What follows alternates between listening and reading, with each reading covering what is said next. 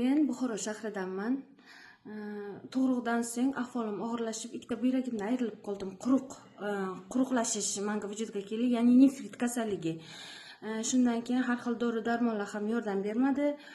Menga Toshkentdan shu Ulug'bek domlo haqida ma'lumot yetkazildi. Boring, o'qitib, bir o'zingizni ko'rsating degan ma'lumotlarga rioya qilib, men shu Ulug'bek domloni oldilariga keldim va mana shu kun 5-kun o'qitishim natijasi menga yaxshi natijani berdi. Kecha turmush o'rtog'im bir analiz topshiring deganlarda topshirganimda har doim kreatinim, buyrakshunoslar buni tushunadi. Kreatinim analiz javoblarim 800-500 chiqqan paytda kecha meni kreatinim 150 ga tushib qoldi. Inshaalloh, Xudo xolasa bu degani 50 ta tushsa men yana 100 taga sog'ayaman, sog'ayib ketaman. Qur'on shifoligini mana shu yerda men anglab yetdim.